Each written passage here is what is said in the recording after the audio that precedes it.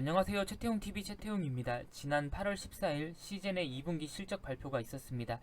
2분기 실적이 컨센서스도 상회한 어닝 서프라이즈임에도 전반적인 코로나 바이러스 진단 키트주들에 대한 실망감으로 인해 매도 물량이 다소 많아 19%나 하락하며 시장을 마감한 시젠이었습니다.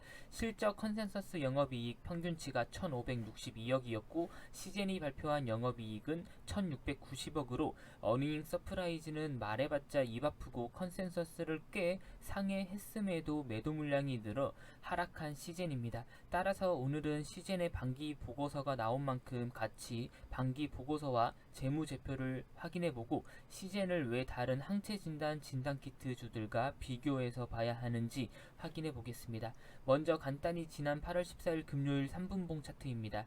시초가 이후 크게 두 번이나 상승 시그널을 주는 듯 했으나 실망 매물이 다소 많아져 하루 종일 계단식 우하향하여서 19%나 하락하여 마감한 시젠입니다. 시젠은 전년도 실적과 비교하는 것은 더 이상 의미가 없습니다. 전년도와 비교해봤자 실적이 2000%, 3000% 증가라는 수치가 나오는 시젠인지라 단순 상반기에 찍힌 숫자만 확인해 보겠습니다. 2019년 시젠과 2020년 시젠은 아예 다른 기업이라고 봐야 될 정도로 엄청난 실적 증가가 있었던 기업이니까요. 어쨌든 찍힌 숫자 확인해보면 매출액은 3,566억, 영업이익은 2,087억입니다.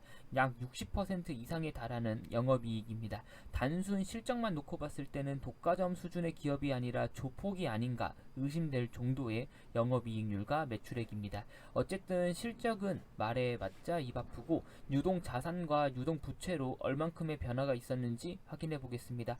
유동자산은 약 4천억에 가깝습니다. 연초 대비 2,500억 이상 늘었고 현금성 자산은 1,100억 수준으로 연초 대비 총알도 아주 많이 확보한 시젠입니다. 그리고 그보다 눈에 띄는 것은 매출 채권입니다. 매출 채권이 2천억에 가깝습니다. 제가 올린 시젠 영상 중에 과거 시젠은 대손 상각 때문에 가치 투자자분들에게 외면받고 심지어 사기 기업이라고 멸시까지 받던 종목이었습니다.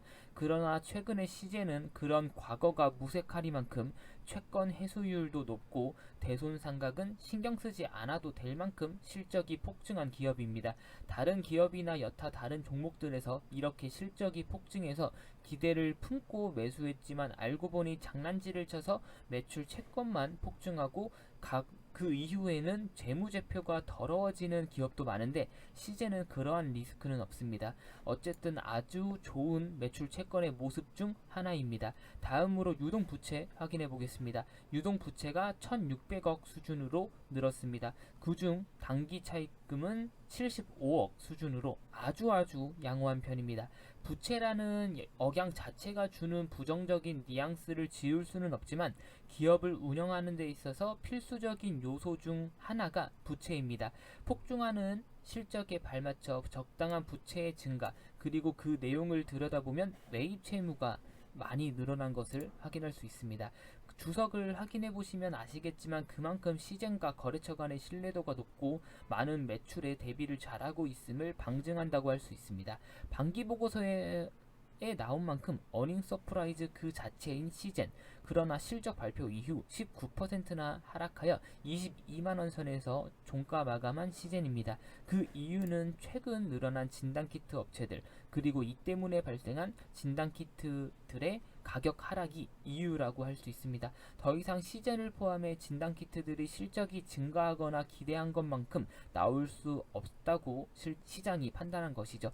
그러나 시젠을 비롯해서 PCR 진단키트들은 다소 구분할 필요가 있다고 생각합니다. 실제로 항체 진단키트들은 가격이 절반 이상 떨어진 게 맞습니다. 다만 PCR 진단키트들도 가격 하락이 있었지만 항체 진단키트처럼 큰 폭으로 하락하진 않았습니다. 항체 진단키트는 PCR 진단키트 대비 검사 진행 속도가 빠르고 가격이 저렴하다라는 장점이 있습니다. 그러나 PCR 진단키트는 이와 반대로 검사 진행 속도는 다소 느리지만 정확도가 아주 높다는 장점이 있습니다. 물론 고가의 증폭기 장비가 필요해서 아프리카 등의 개발 도상국에서는 항체 진단 키트가 지난 상반기에 PCR 대비 높은 성장률을 보여줬던 거고요. 어쨌든 국내 항체 진단 키트 업체 중 하나는 정확도를 충족시키지 못해 반품이 있었던 기업도 있었습니다. 시젠은 이러한 리스크로부터는 자유로운 편이고요. 때문에 시젠을 비롯해서 PCR 진단키트 업체들은 다소 구분할 필요가 있다고 생각합니다.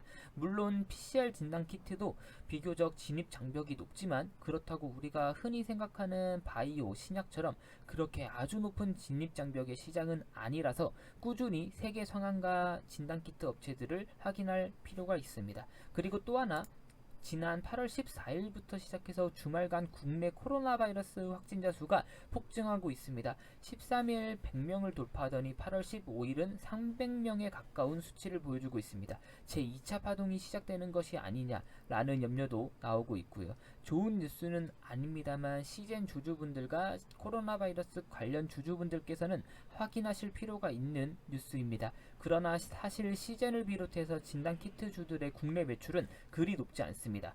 그리 높은 정도가 아니라 시젠 실적의 80% 이상은 해외 매출에 달려 있습니다. 그러나 국내 기업인 만큼 다른 종목들이 그러했듯이 국내 뉴스에 조금 더 발빠른 상승과 하락이 있었던 종목들이기에 시즌에게 있어서 나쁜 뉴스는 아닙니다. 마지막으로 시즌의 주요 제품의 가격과 변동 추이 확인해 보겠습니다. 코로나 바이러스 진단키트는 아직 공시상으로는 비교 대상이 없지만 PCR 진단키트들의 가격은 아직까지 큰 폭의 하락은 없는 것으로 확인되고 있습니다. 실적 발표 이후 큰 폭의 하락이 있었던 시즌, 그러나 주말간 국내 코로나 바이러스 확진자의 폭증 뉴스가 나온 만큼 다음 주 시즌을 비롯해서 코로나 바이러스 관련주들의 움직임을 지켜볼만 할 것 같습니다. 이상이고 관련해서 추가 소식들 있으면 바로바로 전달해 드리도록 하겠습니다. 구독과 좋아요 한 번씩만 부탁드리겠습니다. 감사합니다. 최태웅이었습니다.